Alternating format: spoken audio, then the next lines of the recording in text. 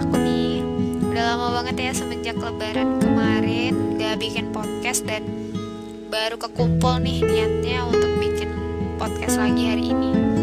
Karena kemarin juga menikmati masa-masa lebaran yang menyedihkan itu. Jadi waktu liburnya makin panjang, waktu sedihnya juga makin lama.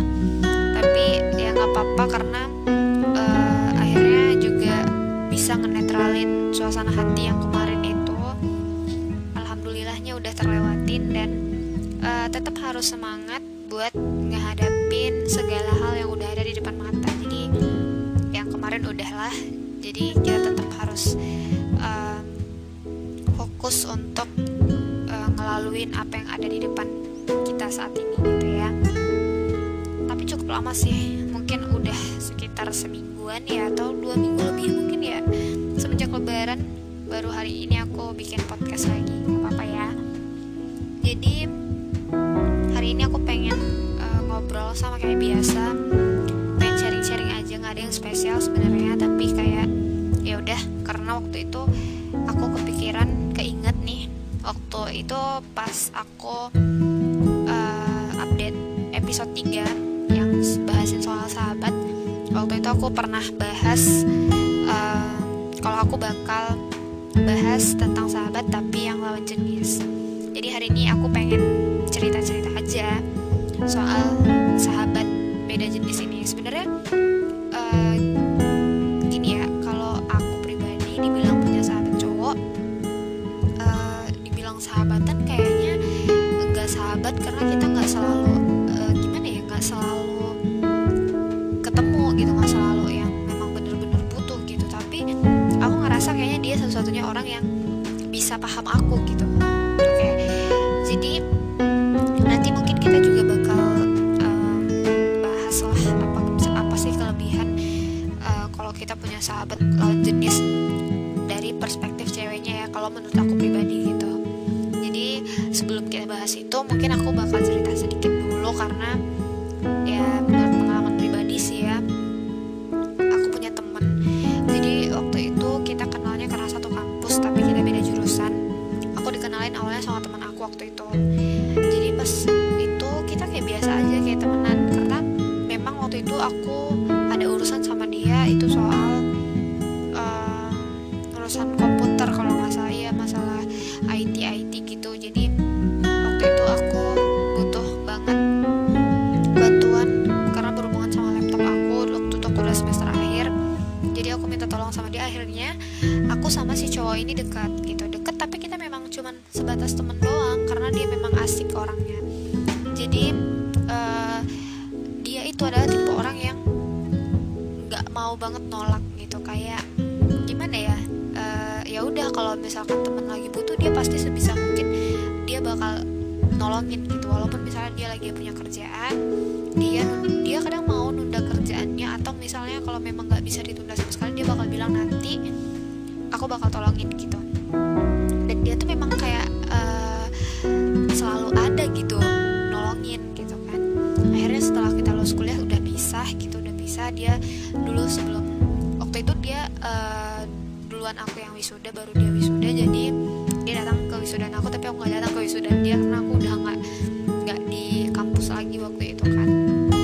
Ya udah, singkat cerita, waktu itu aku udah keterima kerja di sebuah pulau di Provinsi Riau. Jadi aku keterima kerja di sana, dan dia setelah lulus kuliah itu di Jakarta. Nah, aku kan kerja di pulau itu kalau nggak salah tuh waktu cuti tahunan. Jadi waktu cuti tahunan itu aku berniat untuk ngambil cuti liburan ke Bandung gitu. Alasan aku pengen cuti ke Bandung itu karena ada salah satu hal yang selain aku pengen liburan, aku juga kayak pengen nemuin seseorang di sana gitu, tapi nggak di Bandung, di Jakarta. Jadi ya udah, singkat cerita aku ke sana. Awalnya tuh kayak si seseorang yang mau aku temui ini kayak oke gitu, nanti kita bakal ketemu, intinya kayak menjanjikan itu gitu kan. Akhirnya aku ke sana. Ternyata sesampainya di sana, karena teman-teman yang lain gak bisa kumpul, akhirnya someone yang pengen aku temui ini tuh gak mau gitu. Dia kayak tiba-tiba bilang aku ada kerjaan gitu. Terus dia bilang coba hubungi teman yang ini gitu. Dan waktu itu memang salahnya aku datang di saat orang-orang pada jam kerja, waktu kerja gitu, hari kerja. Jadi karena namanya kita cuti kan, otomatis aku bakal ngambil 1 minggu penuh gitu kan. Jadi pas waktu itu mereka masih kerja. Jadi si doi nggak mau nemuin aku, si Samuan ini nggak mau nemuin aku karena ya dalih-dalih dia mungkin memang nggak mau ketemuan berdua doang gitu kan. Aku juga nggak tahu. Terus ya udah akhirnya aku kecewa dong ya, karena aku berusaha kayak datang cuti ke sana untuk nemuin dia gitu. Itu zaman-zamannya bucin banget sih, kayak aduh aku pengen nih ketemu banget sama dia gitu. Akhirnya dia nggak bisa ketemu aku dan aku kayak ngerasa aku nggak punya teman gitu. Aku pulang dari Bandung itu pengen ketemunya di Jakarta kan, karena dia di Jakarta. Akhirnya karena dia nggak ada, si Samuan ini udah nggak mau, maksudnya dia nggak punya waktu untuk nemenin aku, dan aku waktu itu pengen banget main ke Dufan. Akhirnya aku hubungi sahabat aku yang cowok ini, yang temen aku yang dari kampus ini kan. Kebetulan waktu itu dia memang lagi kosong dan dia bersedia nemenin aku main di Dufan seharian. Jadi pas di Dufan itu sebelumnya dia udah tahu sih kisah-kisah aku gitu, kayak waktu aku kerja di pulau, apa permasalahan aku sama pacar waktu itu. Ketika aku punya pacar, aku curhat ke dia, dan ketika aku deket sama seseorang, aku juga curhat ke dia gitu. Dia tuh kayak dijadiin tempat buat cerita aja, karena dia sosoknya tuh bisa kayak ngasih solusi, bisa ngasih saran gitu, karena mungkin perspektif dari laki-laki gitu ya. Tapi juga salahnya sih dia itu bukan cowok yang suka pacaran gitu. Maksudnya dia juga jarang pacaran gitu, maksudnya paling deket-deket sama cewek doang gitu kan. Jadi ya kalau untuk ngasih saran boleh lah gitu kan. Akhirnya aku ngajakin dia main ke Dufan, kita main seharian, dan di sana tuh aku curhat banget soal si doi yang mau aku temui ini gitu. Terus dia ngasih solusinya, nyemangatin aku, ya nggak apa-apa kan kamu kesini tujuannya buat liburan, bukan cuma buat nemuin dia doang. Jadi nggak apa-apa, kamu juga bisa happy walaupun gak ketemu sama dia bilang gitu. Akhirnya ya udah kayak ada semangat baru gitu kan, kayak ada temen yang bisa ngasih aku solusi, ngasih aku saran, ngasih segala hal yang menurut dia baik gitu, terus dia keluarin. Akhirnya aku pulang dengan tidak bertemu dengan si Samuan itu, tetapi aku bisa nikmatin libur gitu kan. Terus itu cerita tahun 2019 awal. Ya 2019 awal. Dan beberapa bulan yang lalu aku sempat cerita lagi sama si teman aku ini, ada perkara halah yang aku ceritakan ke dia, aku curhat sama dia, dan dia waktu itu ngehujat-hujat aku gitu, kayak loh kan permasalahan kamu tuh sama aja sama permasalahan tahun lalu, kenapa nggak belajar sih gitu. Dia tuh to the point banget ngomong sama aku, kayak nyakitin, tapi kayak bener yang diomongin dia tuh bener. Ini bukan hal yang sekali dua kali kamu alamin loh, kamu udah pernah ngalamin ini sebelumnya, tetapi kenapa masih sama, kenapa masih bandelnya sama, dia kenapa nggak bisa berubah, kenapa nggak bisa introspeksi diri kayak gitu kan. Akhirnya aku kayak aduh, kok ini orang mulutnya tajam banget gitu, tapi yang semua dia bilang itu memang benar. Dan ketika kita pikir ulang, ketika kita abaikan dari perasaan itu, kayak logika masuk banget gitu kan. Kayak ini orang adalah orang yang benar-benar maksudnya tahu aku, karena mungkin udah lama dia dengerin aku curhat, jadi kayak udah tahu gimana seluk beluk aku, bilang sampai aku tuh kayak tipe orang yang kenapa sih nggak bisa berubah gitu. Ini pengalaman udah sekian banyak dilaluin gitu kan. Maksudnya gini, permasalahannya beda, tapi tuh kayak gambarannya tuh hampir sama gitu.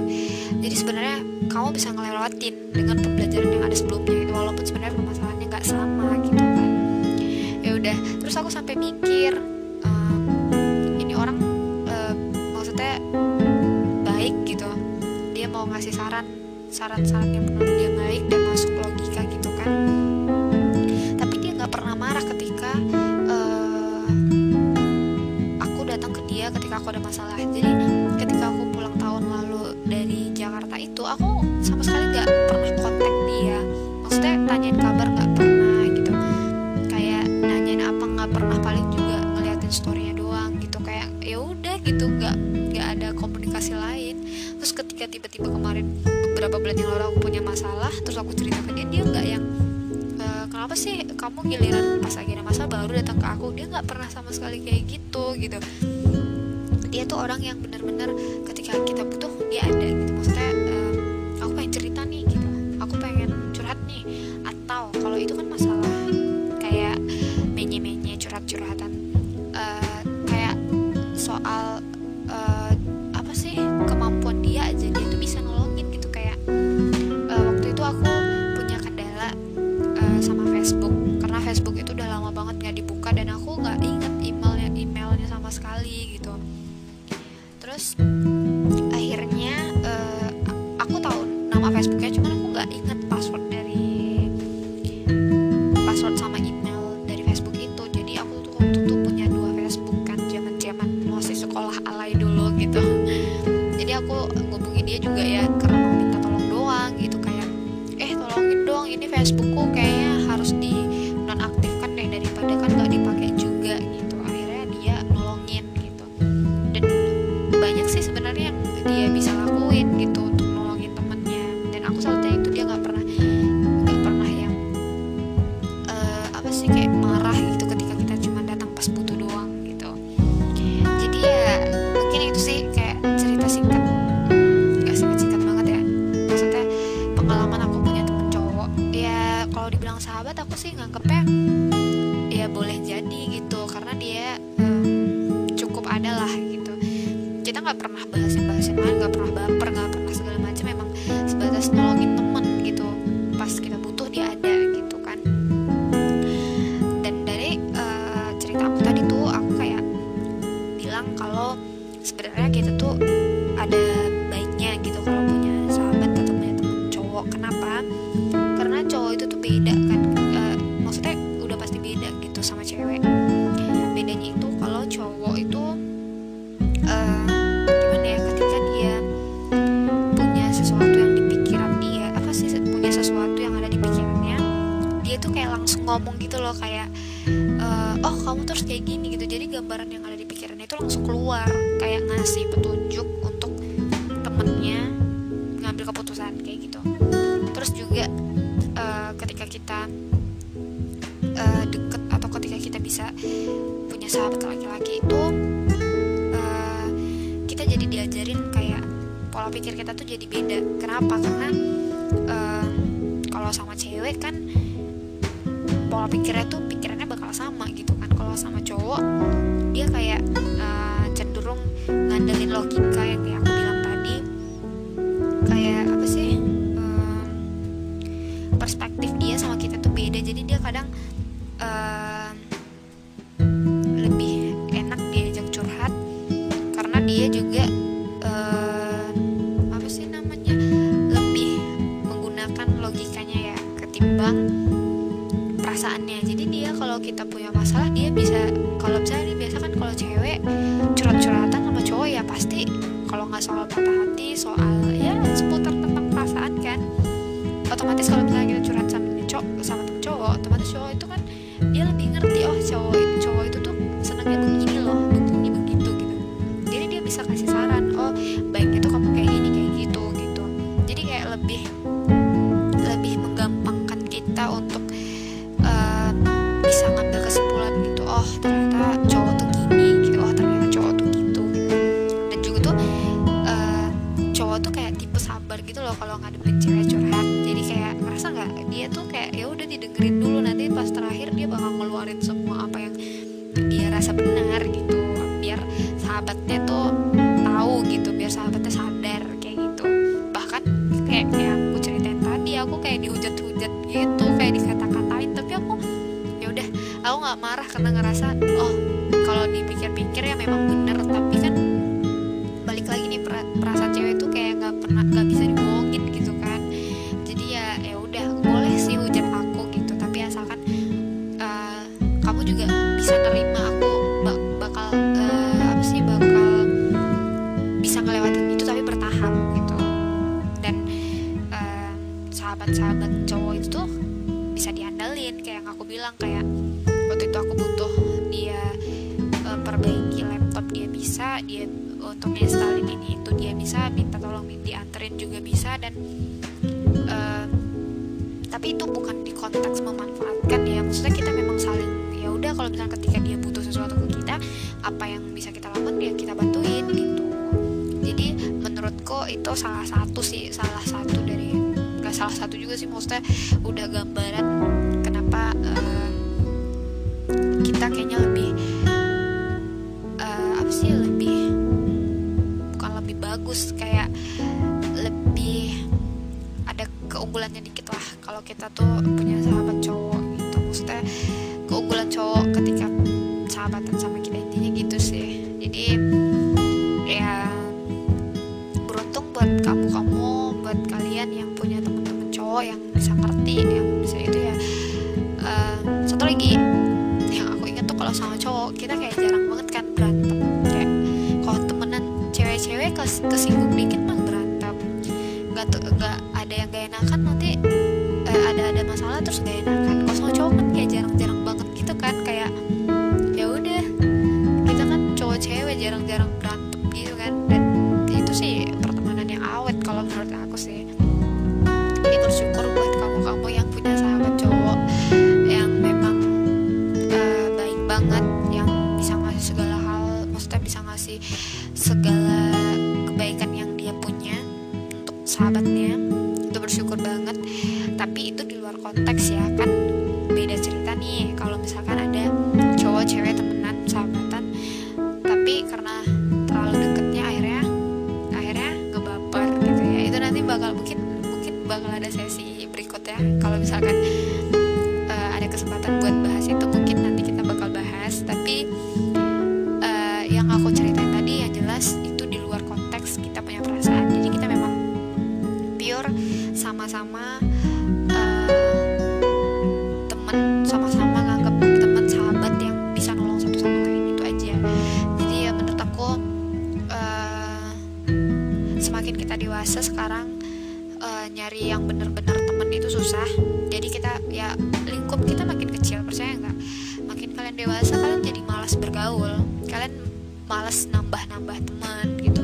Ya udah yang ada dinikmatin, yang ada ya udah dijalanin bareng-bareng, bener nggak? Jadi ya selagi ada ya udah, yang penting tetap jaga komunikasinya, nggak berantem, nggak saling nyakitin, tetap jadikan orang-orang itu orang-orang yang paling kamu percaya gitu. Jadi ya semoga sahabat kalian yang punya sahabat itu langgeng persahabatannya, dan ya semoga tetap bahagia lah intinya. Oke, jadi mungkin segitu aja dulu. Mungkin besok bakal cerita lagi, tapi nggak tahu cerita apa ya. Semoga aja menarik, karena kadang sebenarnya kenapa aku bikin podcast juga ngisi waktu luang, karena sekarang ngerasa waktu luangnya terlalu banyak dan selalu ngerasa kayak ngapain gitu ya. Akhirnya ya udah bikin podcast. Mungkin lain kali kalau ada kesempatan kita bakal ngobrol lagi, nggak tahu ngobrolin apa. Semoga aja ya kalau bisa sih bermanfaat ya, buat sharing-sharing aja. Semoga kalian gak bosan dengerinnya. Tetap semangat dalam kondisi yang masih belum stabil seperti sekarang. Semoga teman-teman semua dilancarkan kegiatannya, semoga dipermudah, selalu dilancarkan rezekinya, selalu diberikan kesehatan sekeluarga. Mungkin segitu aja dulu. Terima kasih untuk dengerin podcast aku hari ini. Lebih dan kurang aku mohon maaf. Sampai jumpa di podcast aku berikutnya.